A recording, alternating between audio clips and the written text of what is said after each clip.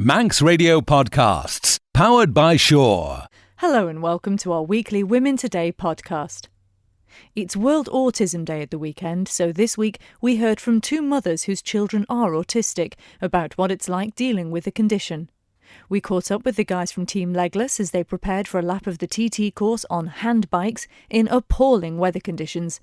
And we were visited by members of the Isle of Man branch of the Campaign for Real Ale, who brought a bucket of beer with them. But first, we finished the week with a visit from a very inspiring young woman.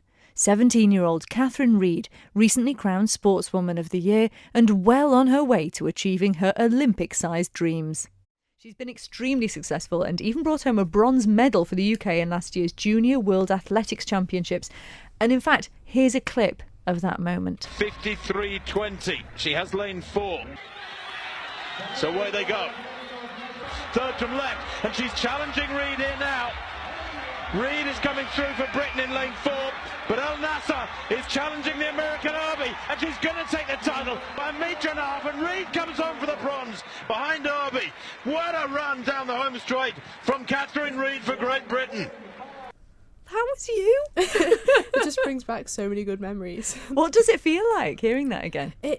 Every time I get goosebumps and my heart starts to beat so much quicker, just because I remember just the experience and how good it was. It's just so cool. It must be so different, though, being in that massive arena environment, you know, away from the NSC on the Isle of Man. Yeah, like, otherwise I've never raced in front of more than a couple of hundred people, so to go and race in front of thousands of people was just insane. Like, I remember walking in and thinking, okay, this many people are here to actually see me. This is crazy. It was just so cool. And the cameras as well. Oh, I didn't know what to do. Me and my roommate were discussing this. We were like, what are you going to do in front of the camera? And she was saying, I don't know. And we both just winged it. Now, I love the fact that we got you to send some info about yourself. And you say it was your teachers that first encouraged you, and your brother, in fact. Yeah. Take us back to that moment. Well, it was in primary school. Like, me and my brother both did cross country and stuff like that and sports days. And then teachers kind of said to our parents they'd actually make quite good runners. So Dad took me and Joe down to the NSC on a Wednesday night for a local track meet. And we both just kind of fell in love with the sport, I guess. We just instantly wanted to do every event we could.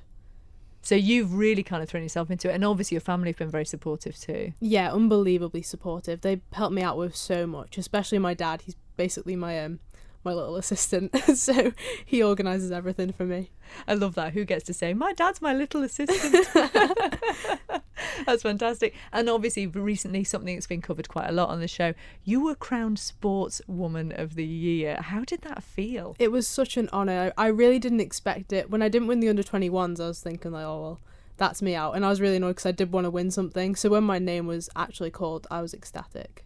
And there's an interesting interview you gave with Tim Glover after the event, because you said, I really want to say something, because you said you remembered having been there a couple of years previously and how it made you feel. Yeah, well, I was there to pick up my brother's award because I wasn't up for anything, and I think he was racing, so he wasn't there, and me and my mum just went along. And I went up on stage and got his award and obviously went off, and I thought, oh, it was really nice up there. And I was thinking, how cool would it be in a couple of years' time if I could be up on that stage, like, accepting an award, and then for it to actually happen, it was just unbelievable. What a thing. And so obviously you and your brother are very supportive of each other. Yeah. When it comes to athletics, he's my biggest helper because he's been everywhere I want to go. So when I need help planning a race or organising what gear I need for an event, I can just message him and he'll be straight there like, oh, you should go here, you can come, you can do this. And then it's just really helpful. What's it been like to have to follow him? So he's always been that just sort of one step ahead. Have you been a bit envious? I'm always been really envious of Joe. Because he used to it was always his face in the papers, and all the family would be like, oh, it's our little Joe, and I'd be sat sulking in the corner like, oh, it should be me. So it's nice that we both had our time in the spotlight, and then hopefully this year we'll both get our equal share, because he was injured last year, so he wasn't as lucky with what he could have done. But hopefully this year we can both kind of take over and both dominate athletics. Speaking of dominating athletics, which is such a great line, Olympics? Yeah, it's a goal of mine. We're not sure how it could happen, but I want it to happen, and we're just going to see how it goes. Is that something that Joe has always had in his mind as well, do you think? Probably not for this year, but 2020 or 2024, I think he could get there. So we could both be Olympians, which would be very, very nice. Oh, that would be amazing. More Olympians from the Isle of Man, that's what we want. So how rigorous is your training regime? I train 5 times a week. That's 3 on the track and 2 in the gym. And every session I come away feeling sick or just terrible. But I love it. So I don't mind going, even if it's wind and rain. I love it. When you say you come away feeling sick, is that just because you push yourself so hard? Yeah, most of the time. Coach sets some horrible sessions.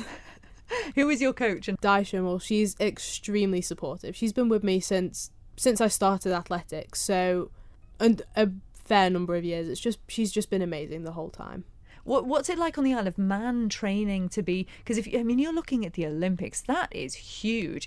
Are there the right kind of facilities and training over here for that? We have as long as we've got a track, a gym, and I've got my coach and my training group, I'm saying I'm fine. I've got this far with them, so I can get even further with them as well. So there's nothing stopping me. What was it like when you didn't have the track, when we had the horrible floods? Did that set you back a bit? It was such a nightmare. We were training on muddy fields and concrete roads, so everybody was coming away with injuries and stuff like that. It was a bit of a nightmare, but we slugged through it and everybody's still looking really strong, so I don't think it was too much of a problem. And I'm intrigued because there's also there's people who have achieved quite a lot from the Isle of Man in all sort of walks of life. And one person I happen to know quite well, Davy Knowles, was telling me a long time ago in an interview that when he was a teenager, he spent so much of his time perfecting his craft because he wanted to be a professional musician. That's all he ever wanted to do in his life, that he did feel that perhaps it impacted a little bit on his youth, and sort of maybe he didn't necessarily have the same experiences as his other friends. Do you feel that at all? I don't. In a way, yes, because with school friends and stuff, I can't see them as often because there's always weekends where I'll say, oh, we'll go do this, and I'm always away racing or on a training camp or something. But then the people that I've met across, the people my age I've met across, they're all just amazing, and I've got such great memories with them. So I'm going to come away from my teenage years with some of the best memories ever. So I definitely couldn't complain. You've always known you wanted to be a professional athlete. Yeah. What was it like when you told your teachers that? Teachers didn't take it very well. They got the classic response of, oh no, you need a real career. And I was like, well, that's what I want to do. But I think, especially after this year, what they've realised I can do, people are realising, okay, this is something she is going to do, so we need to support that.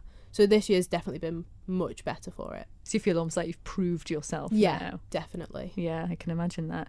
Do you think that it's something that you're born with to have the talent that you have, or is it something that you can sort of learn and train into yourself in a way? You can definitely learn or train to be an athlete, but I think you do need to be born with some kind of ability, something that gives you that motivation and that drive. You definitely need that. Although you can train and be a really good person, I would say every professional athlete was born with that ability.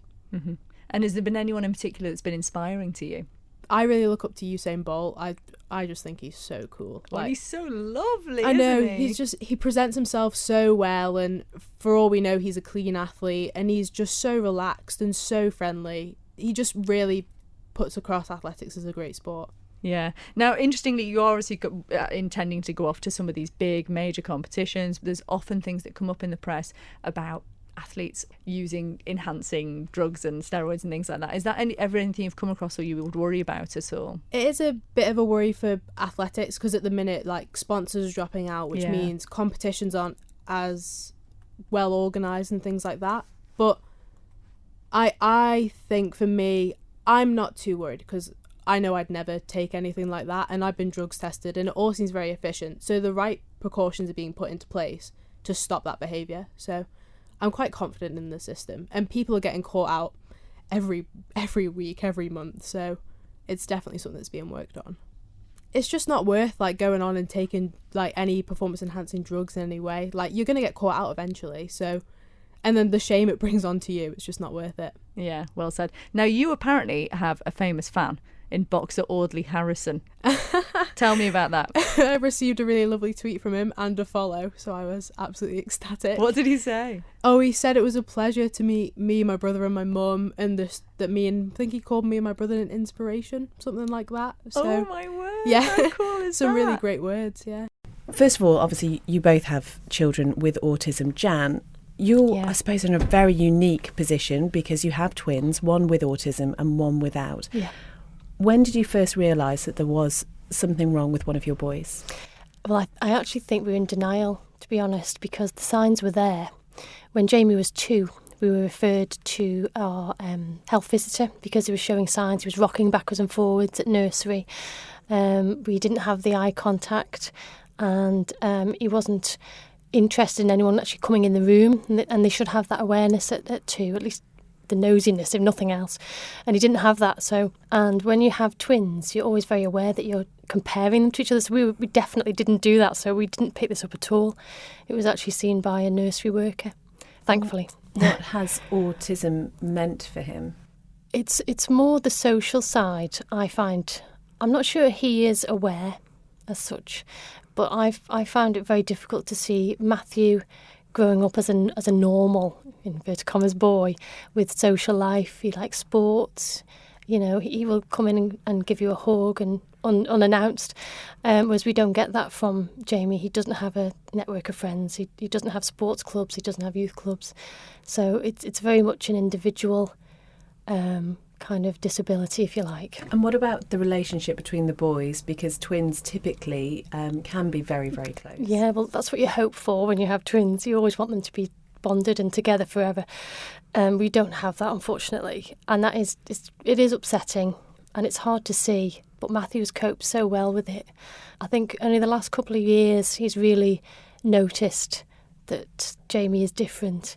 But he's coping really well. And within the last year, I would say, he is more interactive with Jamie. And because when you speak to Jamie, he won't, sometimes he'll ignore you or it'll appear like he's ignoring you and he won't even answer you. And that's really hard for a 7 or 8 year old to keep asking someone a question when they're not getting any response. So Matthew is coping really well and he does play with him now. He includes him and he'll ask him questions, and it's getting a lot better as Matthew gets older because he gets more awareness of it. Louise, what's life like for you? Samuel's my only child, so I didn't know what to look for, and as far as I was concerned, everything was hunky-dory. Life is fine. I love him to bits, obviously, and I am lucky. Samuel is very tactile. I've always been a very tactile mother, but I do get lots of kisses and hugs. But yeah, it's definitely a social thing, and I worry that Samuel doesn't have a circle of friends and he doesn't go to clubs because he finds communication so difficult. You know, my husband would worry about Samuel's future and getting a job, but I worry about Samuel being lonely. That's what I worry about, that sort of side of it. Because he's very, very playful, Samuel. He really is playful, but he finds it very hard to sort of include other children in his play. And I guess they find it hard to include him in their play as well. So it's just breaking down that communication and social awareness thing. And in terms of awareness and understanding, how well geared up would you say, Louise, that the Isle of Man is at dealing with issues like autism? To be fair, I can't compare it to the UK or Ireland, so it's probably the same in the UK and Ireland, but I don't think the awareness is there at all. And I think when you're trying to explain to an adult what it is, a lot of adults will already have a preconceived notion of what autism is. And that's why I think it's really important to educate the children in the schools as they're growing up. It's not going to be something strange that they don't know about. For instance, when, I don't know about Jan, but when I got Samuel's autism diagnosis, I didn't have a clue what autism was. And I found that terrifying. And I think it's important that we educate children, so if they ever become a mother and their child gets diagnosed as autism, they're not going to have that fear factor. They're going to know what it is. Because is there any idea about how common it is?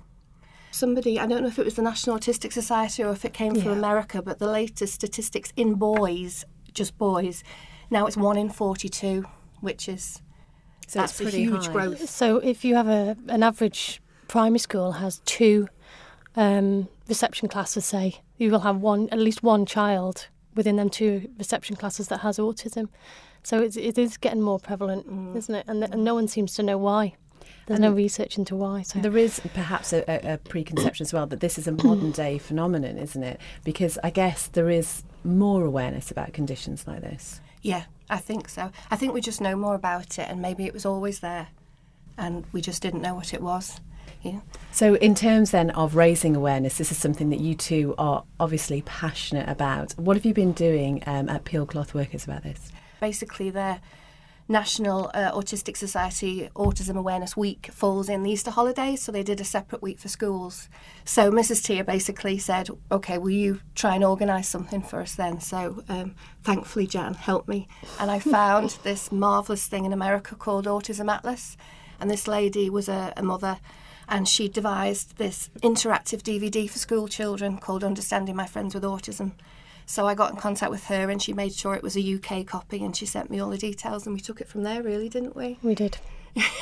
We were terrified. Very nervously, we took it from there. Yeah. Because this is a completely new venture for you, but something that you really feel is key to helping both your boys and other people deal with this. Absolutely. I think it's really important that children get it, understand what it is, and we found they were really interested, didn't we? And at the end of it, we got some really good feedback. You know, tell them the story about what the little boy said to you about. Yeah, it was the very last session we did, and I was picking all the bags up off the floor, and this boy was stood in the middle of the hall, and he was just looking at the ceiling, and he just said to himself, "Oh, that's why he does that." And I went, "Oh!" I said, "Oh, what's happened? You know, who are you talking about?" He said, "Oh, Jamie, that's why he flaps his hands."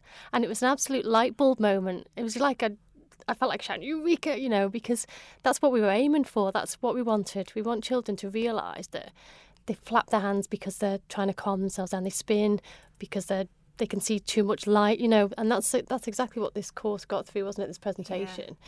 It was all about the senses and how it affects someone with autism. And in the presentation, some of the, we had a bag of goodies, didn't we? And it actually let the children discover what it was like to see through an autistic child's eyes and to feel how they feel a pencil. And it was just brilliant. Yeah, it was good all fun. The senses and how different it was. So they all got to, you know, the hearing thing. We did like a Simon Says, and then we did it again, but with the really loud noise of the clock and noises of the cars outside, so you could barely hear what the instructions were. And that was, you know, the kids like, "Oh God, it's really difficult to concentrate." And we said that's what it's like for them. They hear everything, whereas you've got a filter in your brain that can drown all that out. They just hear everything really, really loudly, so it is difficult for them to concentrate on what you're saying to them. And the other good thing I thought was it compared their brains to computers. You know how you get really fast internet now? They were saying you have a brain that's got this really fast internet, but we have a brain that's like 10 years ago. It's really slow, and it takes time to get the image up on the computer. And I thought that was a really clever way of explaining it to a child, because they're all into computers, aren't they? Do you know, it sounds like something that everybody should see, these sort of workshops, just to give people an understanding of what so many people are living with. Yeah, that's right, yeah. What future plans have you got then to extend these workshops, to do more things like this? Maybe next year, maybe we could, if we got a group of parents together in different schools, we could do an all-Ireland school, or Autism Awareness Month is April. I would certainly be prepared to do it for other people in the month of April if they wanted it to. Grab the family, grab a flight, and grab a breakaway with citywing.com, sponsors of Women Today. You are listening to Women Today. It is 20 minutes to 3 now. Now, our studio guests who you heard at the start of the show are Sam Jones and Kate Breyer from Revel Events. Hello, ladies. Hello. Hi. As we said, thank you very much for joining us. So, event management then. What makes a brilliant, successful event? Well, probably planning, organisation, but mainly great guests, I'd say. People want celebrities, do they? People quite often want celebrities, but they don't necessarily make the best guests. Something a bit different, you know, a bit of fun. Yeah. So you're always trying to sort of outdo your previous event by making things unique and different and interesting.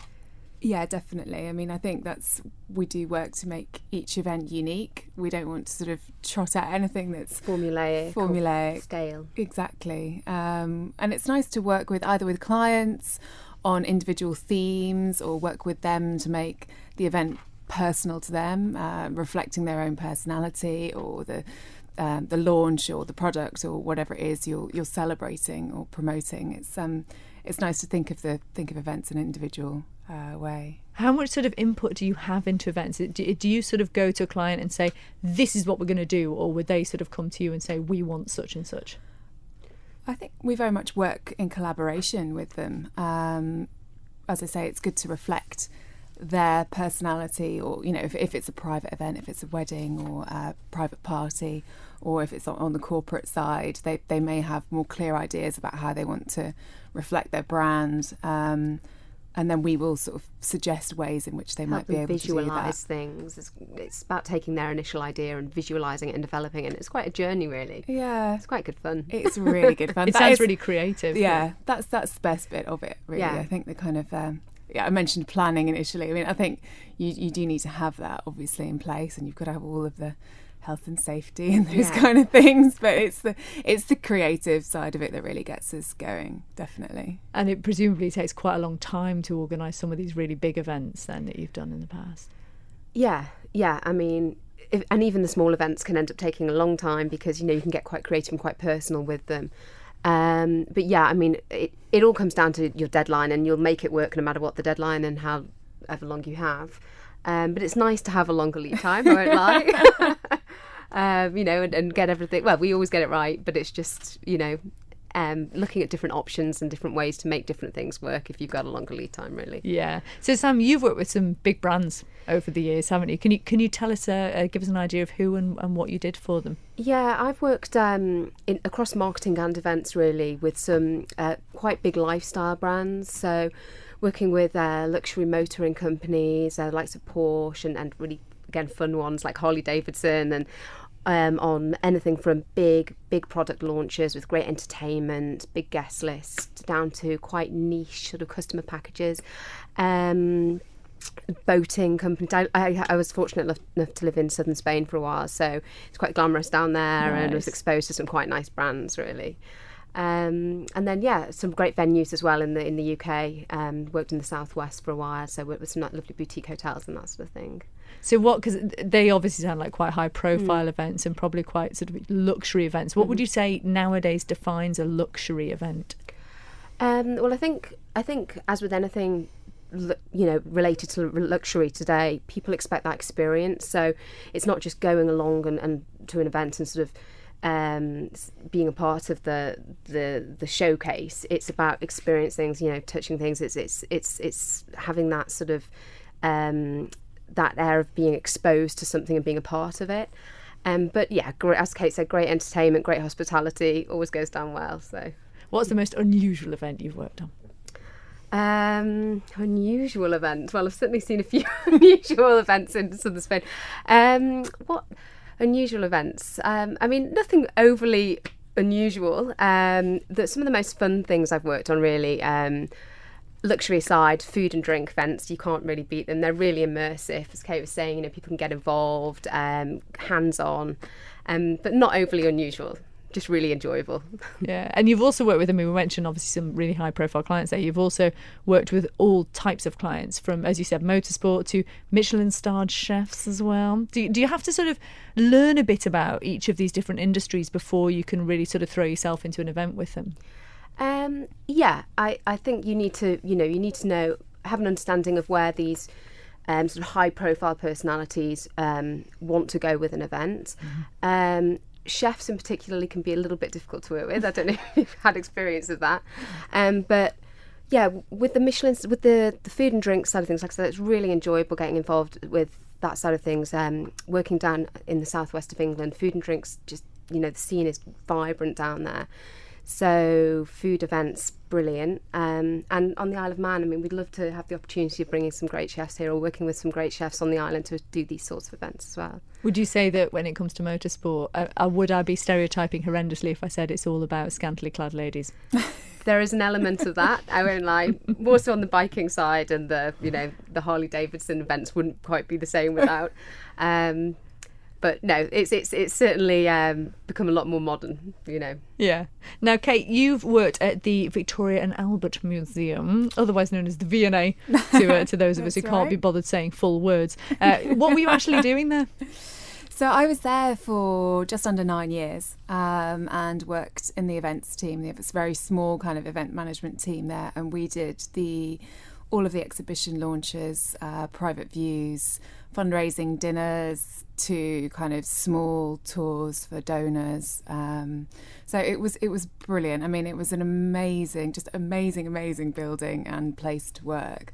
working alongside curators who are unbelievably passionate and knowledgeable about their subject, and just being exposed to those objects on a daily basis, walking through the sculpture gallery on the way to my office, which I have to say was kind of in a dark basement, but hosting events certainly in those galleries was incredible. Well, really speaking incredible. of those objects though, you mentioned that at least one of these events you had to manage 1,500 guests. How do you get them around the objects without breaking anything?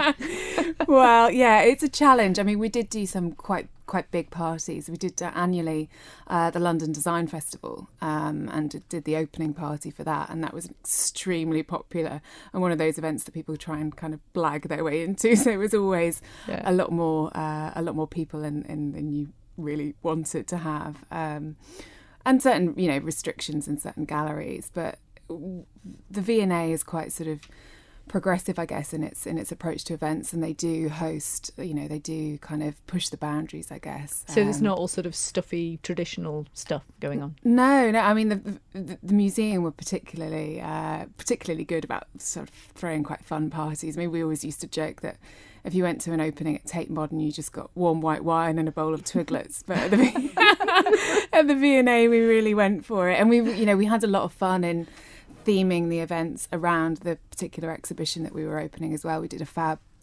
exhibition on postmodernism. So the dinner that we did was really kind of 1980s. It was a lot of fun. The styling of it was really great, and we had Annie Lennox at the opening for that, which was quite special as well. Word, I love it.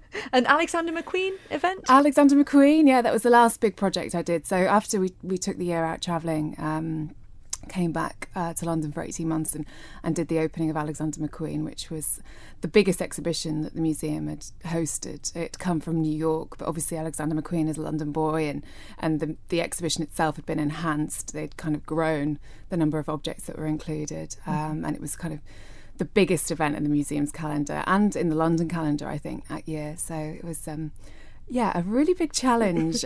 We did lots of ego massaging. Lots of ego massaging between the sponsors and McQueen and the guests that we had.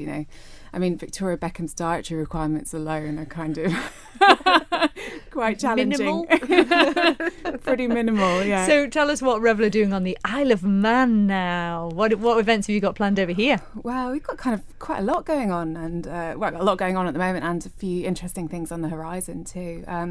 The project that's keeping us busy at the moment is Isle Expo, which is taking place at the Villa Marina at the end of May, and it's a one-day conference. Sam has done an awful lot on conferencing in the UK, so we're drawing on that experience and my experience in programming to create something that's going to be quite different.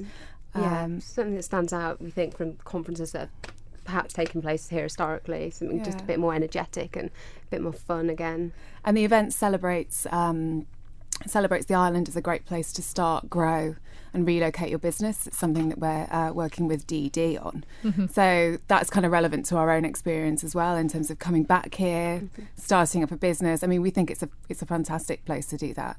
And we looked at options for doing it in London and kind of in the southwest as well, but we decided to come back home. Here. Yeah, we think so it's not been too much of a culture shock then? No, I mean, we do, to be fair, we do. You get back. We go back every 6 weeks or so to kind of keep a hand in there. But no, the Isle of Man's got a lot to offer, and the community has been really good to us since we've come back as well. People have been very open about sharing their contacts, and it's just been really nice to It's refreshing, network. really, having been in London for so many years, and everybody's, like say, open and helpful.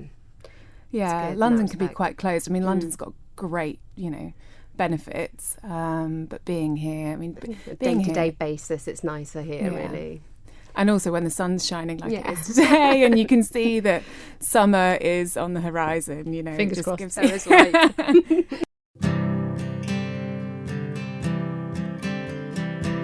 We provide respite palliative care, specialist respite palliative care for children with life-limiting illnesses and conditions. We look after children from 0 to 18, all the way through their journey, whatever that might be, to end-of-life care. So we're best known for respites, children coming in, we look after them for sleepovers, daycare, or families going away on holiday. but also, very sadly, to the end of life, where they can use our Rainbow Room and our bereavement services with qualified counsellors and staff to look after the family. It's a beautiful environment. I can vouch for that. You've given me the tour. There's lots of activity around here today. What's going on? Today is our Easter party, so we've invited all our families, including the siblings and parents and our children that use Rebecca House.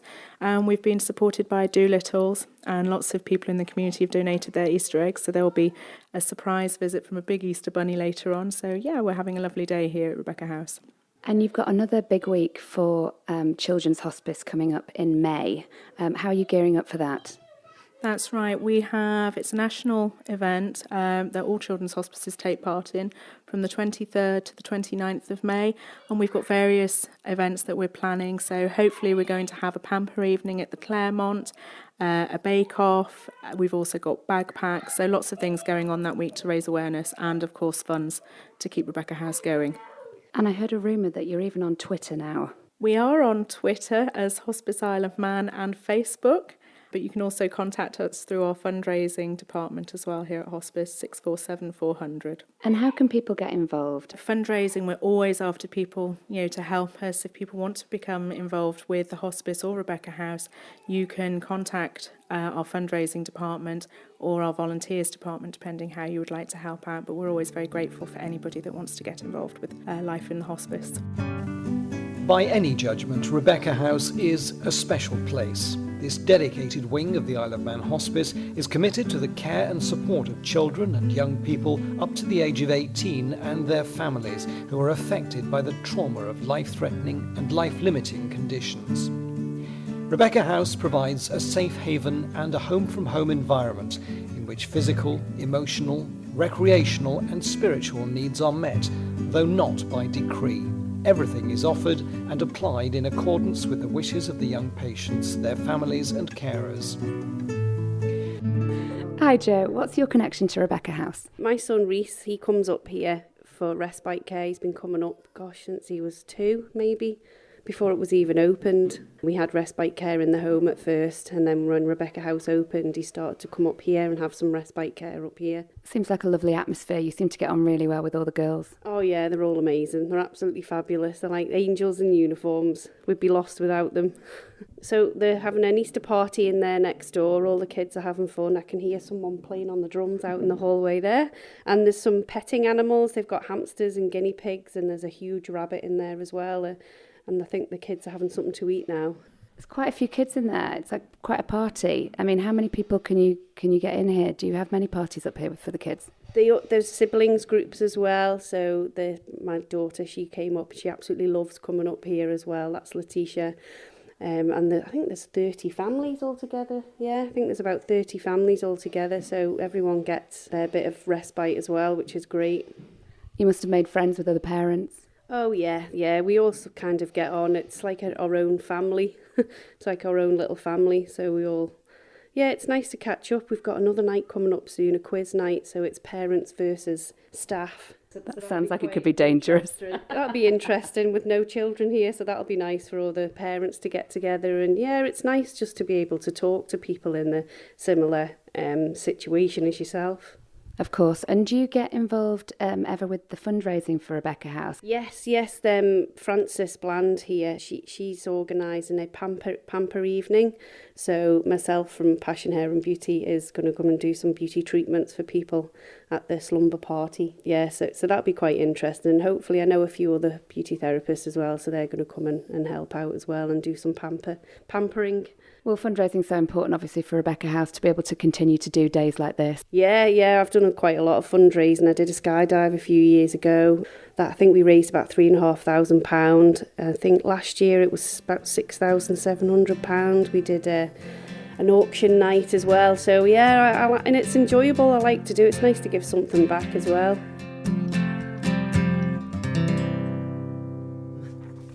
Of excitement in Manx Radio and the studio today, because we have been visited by Roger Cave and Karen Hargreaves from CAMRA, the Campaign for Real Ale, and there are some little beer samples in front of us. Don't worry if anyone's listening from management who's not got loads of beer around, it's just little samples, but you couldn't come without them really, could you? So Roger, what is CAMRA? CAMRA is the Campaign for Real Ale. It's just celebrated its 45th birthday. It was formed in 1971, and it's gone from strength to strength to strength. It is reckoned to be the single most successful single-issue pressure group ever formed. Wow. And we're still doing a very, very good job. Why was it needed? It was needed because the brewing industry was monopolised by 4 big breweries, Watney's, Scottish Newcastle, and a couple of others, Whitbread, I think. And the product they were producing was a sterile brown liquid with alcohol in it. Beer or real ale is a living product. It is made with 4 basic ingredients. It's left in the cask to ferment, and it continues to ferment and develop flavours. And what the big 4 brewers were doing were creating a cask product which was killed off, so no further fermentation or development of flavours, and it was just shipped out to the pubs, connected to a gas canister and pressurised up into the tankard. And it was an inferior product which people had no choice, they had to drink it, until CAMRA came along and said enough's enough. Beer is a wonderful product, a wonderful drink. We should be celebrating it, and we should be encouraging brewers to brew the real deal. I love that we're that passionate about it. It's well, great. You do. I'm sorry, I'm a bit of an anorak, but Interestingly, though, I turned on my television this morning and there was a news article about CAMRA, who are apparently looking to change direction. Has real ale been saved? Real ale has been saved, but the new direction that they're talking about is to concentrate now on the outlets, on the pubs. Pubs are still closing at an alarming rate, about 30 a week. And the problem is we've saved, if you like, real ale, but now we've got to save the buildings in which you can serve it. You have to have a pub to serve real ale. It's delivered in the cask, it is vented, it's spiled, it is left to settle, left to mature, and then it has a shelf life, 3, 4, 5 days maybe. If you haven't got a building in which to serve it, you haven't got real ale. There's nowhere to put it. But the buildings themselves have changed so much over the years, because I know my sister who moved out to the States, when she came back to the island recently, she just wanted to go to an old-fashioned pub, and I couldn't quite think of where to direct her, because so many of them are turning into sort of very modern sort of gastro pubs now, aren't they? They are, but that needn't necessarily stop them selling real ale. It doesn't matter what building it is, as long as you've got a cellar to keep it reasonably cool.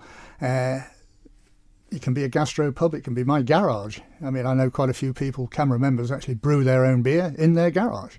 Mm-hmm. Now, Karen, you are the Vice Chairman of CAMRA Isle of Man. How many members are there? On the island, there's around 300. Yeah. I can't actually tell you how many of those are female, unfortunately. I should be able But there are some. Oh, yes, there's quite a few of us. Now, I'm interested because we were talking before about the different types of beer that are available now. And I know you can get sort of honey beers, and you can get fruit beers, and you can get all these different types of ale with all these different flavours in them, can't you? It's interesting because I would have thought that would have been somewhat frowned upon as sort of changing the ale, but it's not, is it? No, because it's still natural products. And you've still got the 4 basic ingredients. It's just something added to them. I mean, locally, I think they've added raspberries.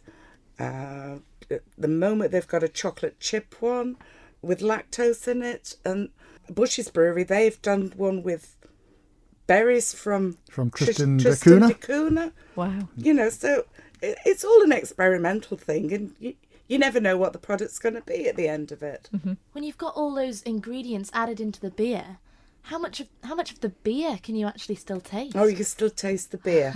and sometimes you can't actually identify what they've added to it.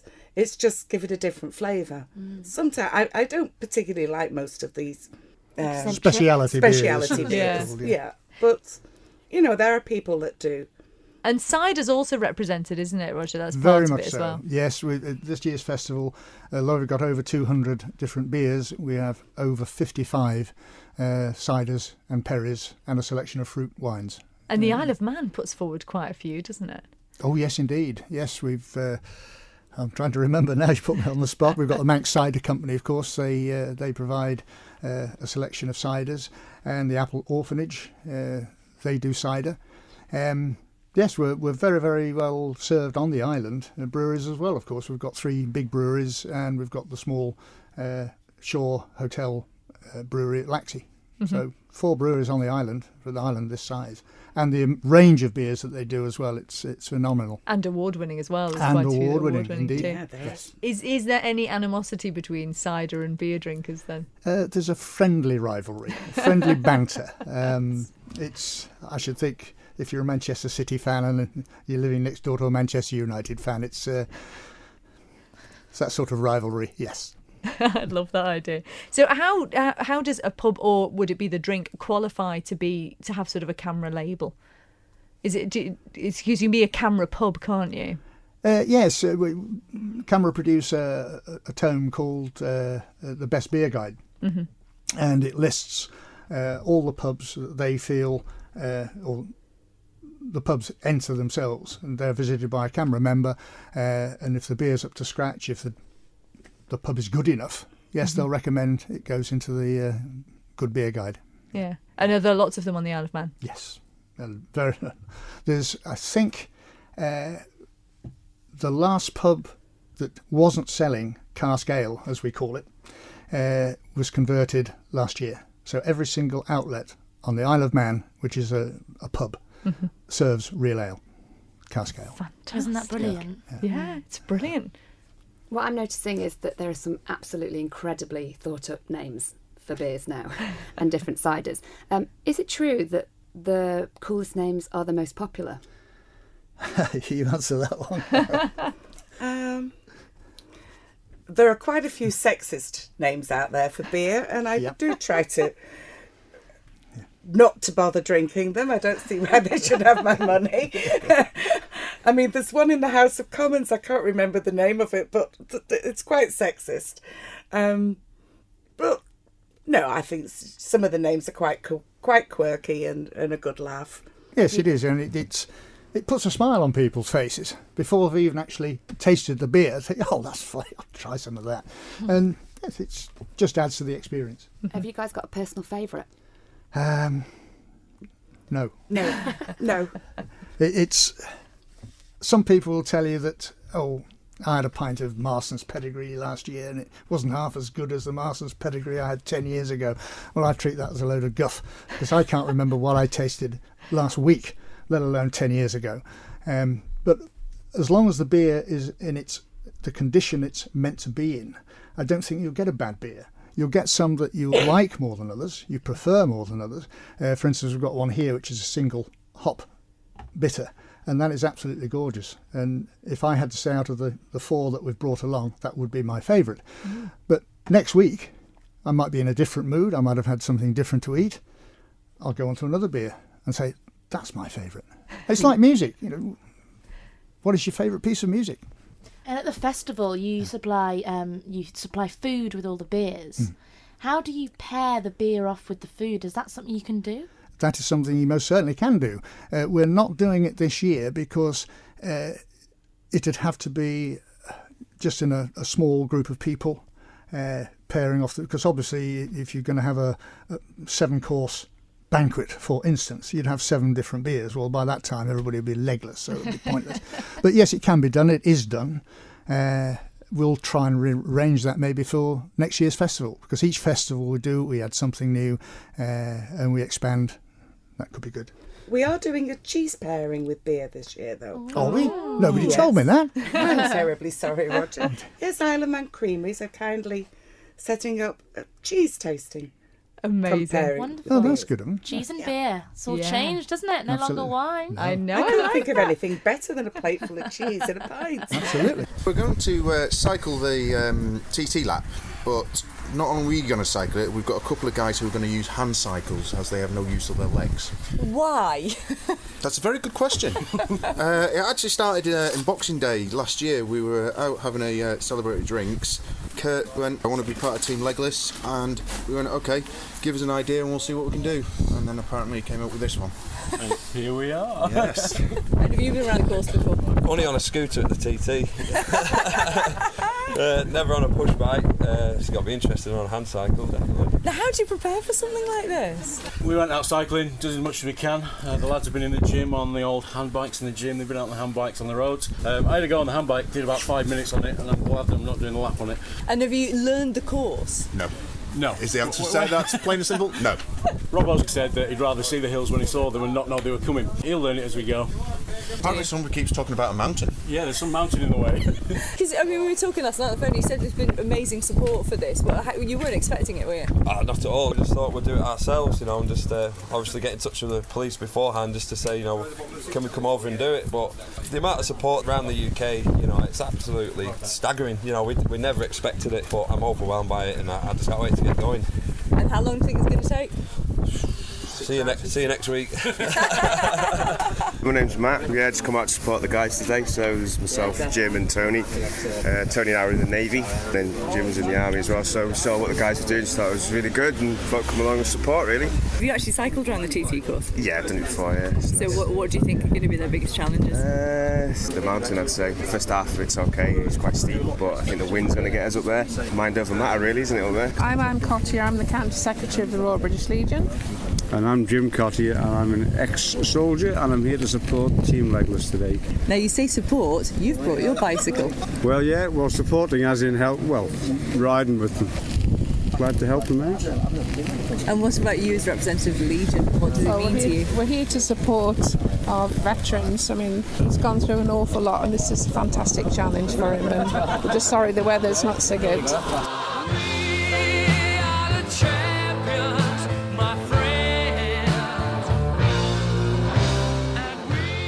Robert, you did it, man! How do you feel? Tired, exhausted, cold and wet.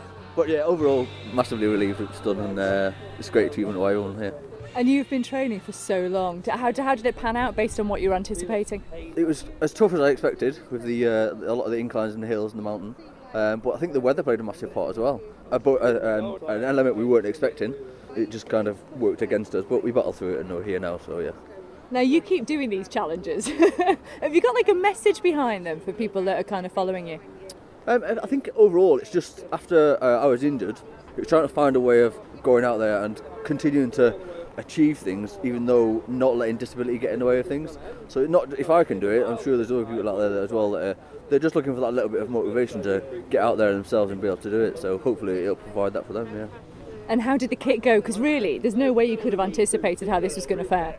No, to be honest, my bike was fine. I think a few of the normal conventional bikes had a few issues, but yeah, I think mine and Kurt's bike were perfectly fine, yeah, all good. So tonight? Tonight, straight to Legion, hopefully get a bit of well-deserved refreshments. Yeah, just get a bit of recovery time in. And are you planning on doing Invictus this year?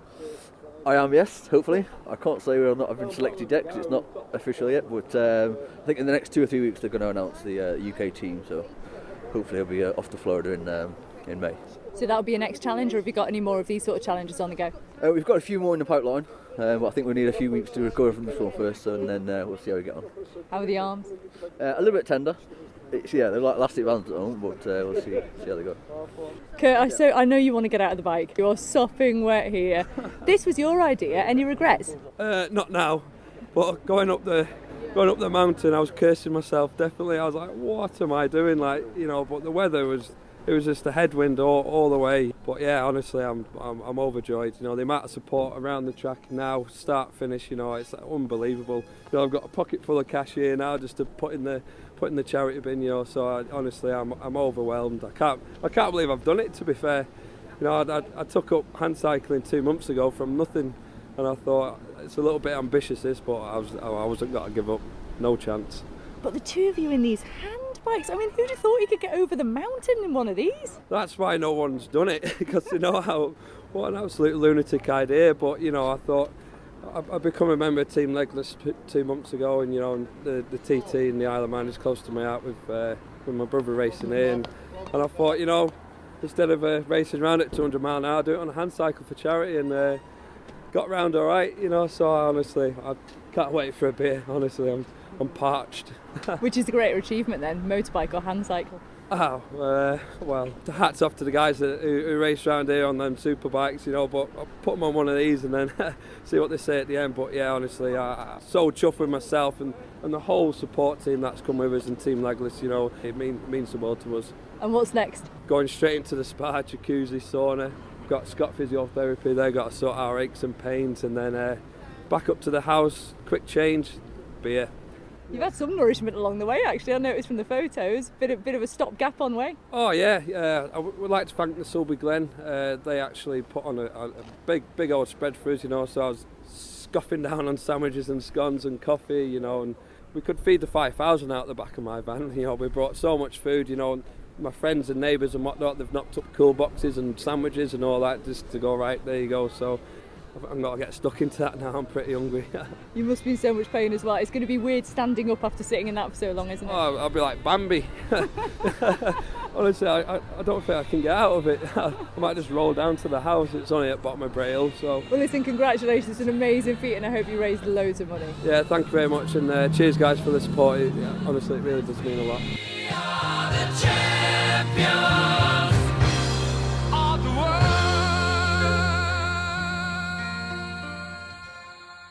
Thanks for listening to our best bits of the week.